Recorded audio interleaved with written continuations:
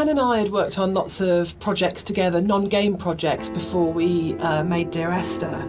And I think the thing that links all of the projects that we've worked on together is that idea of hidden stories and layers of stories. And one of the things I wanted to do with the music was to embed hidden little hints and stories into it. So the music that you hear here, it's probably the level which has changed most from the original mod. I think it's much bigger than the final level in the mod. And one of the major changes in there is in the original mod, the whole side of the cliff face was covered in painting and writing, and a lot of that moved inside to that corridor in the caves where it's really obsessionally painted on.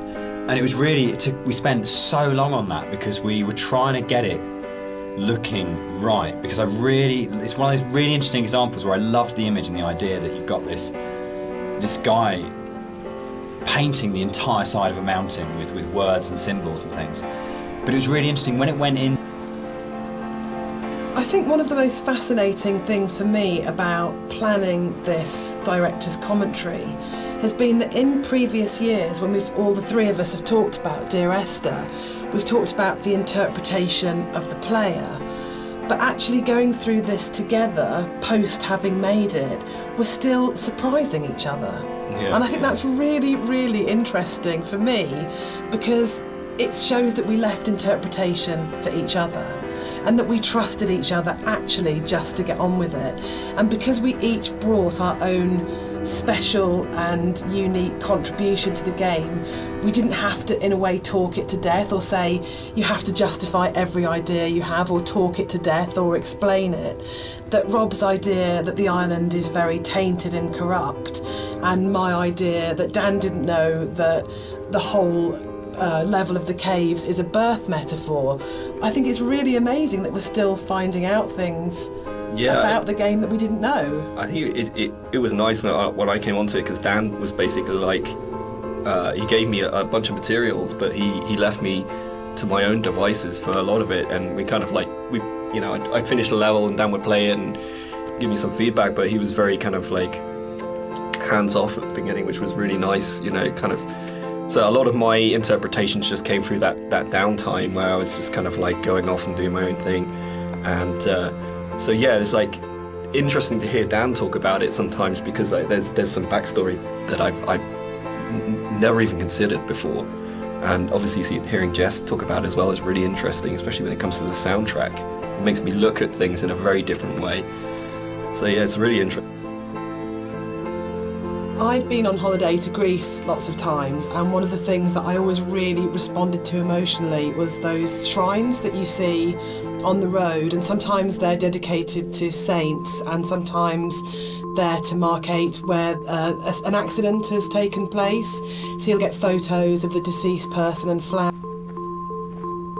One of the really nice things about the move from mod to the commercial version is that we had a couple of years worth of the community talking about the game before we went back into it again.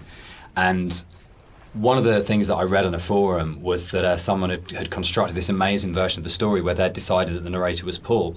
And I hadn't thought of that. It was never part of the original writing. And I thought, that's so amazing that as a writer, your audience can find something in what you're doing that you hadn't thought of. So it was really important when we went back in to record the additional set of voiceovers. I thought, I absolutely want to do this. I want to take this idea that's come out of the fans. What's fascinating to me, Dan, is that you're an atheist, but each of the three games that we've made are so strongly about religion, either the language or taking allegories and stories. Why are you so drawn to it? I think I'm really interested in people and the stories that make up people. And I think there is like in the Bible, like most kind of religious texts, it's not about what it is, it's about what is behind what it is, and that's what you're really getting to, is the idea of the sort of the parable or the metaphor. And it really felt like, particularly with Paul on the road to Damascus, is a story that many, many, many people know and we can understand, and it's about redemption and consequence. Is Dear Esther a depressing game or a hopeful game? For me, it's kind of like a mix of both, really. I think, like my interpretation is kind of like, I always feel like kind of depressed when I think about the kind of turmoil that this guy's been going through for God knows how long, and the kind of environment he's been in, and, you know, all these events surrounding his story. But for me, So, Dear Esther is the first walking simulator. How do you feel about Walking Simulator? You know what, I think I took offence to it when it first became a thing, but you know, I think actually I don't mind it so much now. I think the fact that we have kind of taken ownership over it, like that genre has been kind of made our own by not just our game, but like a bunch of different games have kind of embraced it. I don't know, what do you guys think? I'm still really confused about the need to categorise in games, probably more than any other creative industry, and I think it shows that games have a long way to come in terms of how we describe an experience. So I do agree with Rob that it's really positive that we reclaimed Walking Simulator, but I still find it reductive, possibly, as a term. What about you, Dan? I think for me it's people want to know what they're buying and what they're getting into, and I think the last level ended up being quite a lot bigger than the original mod, and it's also the one where actually the movement around it is in a way the most artificial. There's the big zigzagging cliff path that basically it's like a series of straight lines from point to point. There isn't a lot of movement, and one of the things that was really difficult to do with that was to not make it feel too much like a corridor, and to give it that sort of sense of space and that you were actually exploring somewhere quite natural. I think, Rob, there was stuff which you put in there, like little new beat moments, like the ruins at the edge of the cliff. There's a bit of an illusion of simplicity with games like Dear Esther that people kind of assume, because there's not a lot of mechanics and there's not much going on in that sense, that they're easy to make. And I think actually it's kind of the opposite in a way, that because they're so simple, everything is exposed and everything has to be exceptionally good for it to work, because you're carrying a player's experience on a fairly sparse, minimal.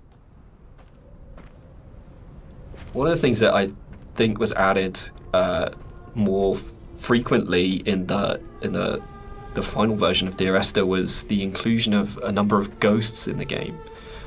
These are not like ghosts that you'd see in a normal horror game. They're just very loose silhouettes that you'll see around the island, usually like quite a distance off, or just kind of somewhere that you'd barely see it out the corner of your eye. I think this is a good example of where it's kind of really in your face, and these are kind of just something that we put in to kind of not just bring some The overlook, the point about this to me is that it's probably the voiceover in the game that kind of sums up the whole story and the experience. It's almost like a recap of everything that's gone before you start the final climb. And you know it's that pause before you're going to start the final climb and before the game's kind of builds to a climax. But you can also see the whole level, and it's like the idea that you are standing looking down on your own journey, a bit like the idea of your life flashing before your eyes, or sort of like seeing your body but having an out-of-body experience at the moment of death. And it was really designed to try and get that feeling as the player, that you stop and you take stock of everything, and there's a bit of a sense of there's no going back. You take a breath and now it finishes. And I really... So here it kind of, the environment becomes a little bit more surreal again. We kind of play with the colours a little bit, bring up the saturation. It's kind of a little bit of a return to some of the more cave-like aesthetics in terms of colours and stuff like that. And it's kind of there to kind of signpost another significant moment in the game, or something that's leading up to the significant moment. It goes back to this kind of idea of having these emotional signposts in the visuals of the game, without it being overly obvious, and some of that.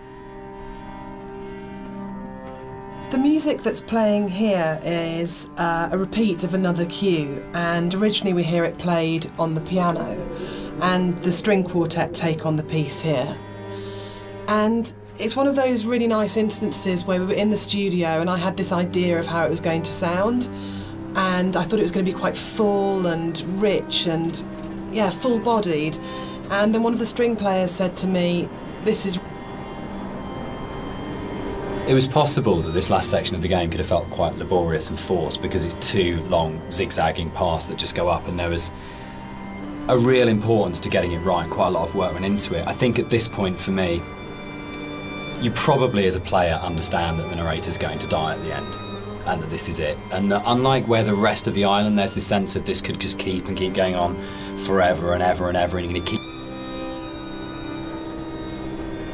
With the climb being quite a poignant moment of the game overall and of the story, it was quite a difficult task to try and make that climb still interesting and not too laborious, because it's kind of this zigzag up there with nothing really. There's no real environment. You just kind of have the sea on one side and the cliff face on the other.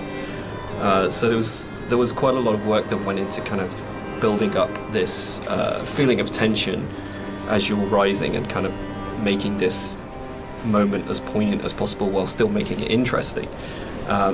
So a lot of effort was put into building up this weather, building up the winds and the swaying of the grass and kind of the volume of the soundscapes and everything mixing together with the music, and just kind of visually really trying to make this a tense moment. And I think it's hopefully been pulled off all right.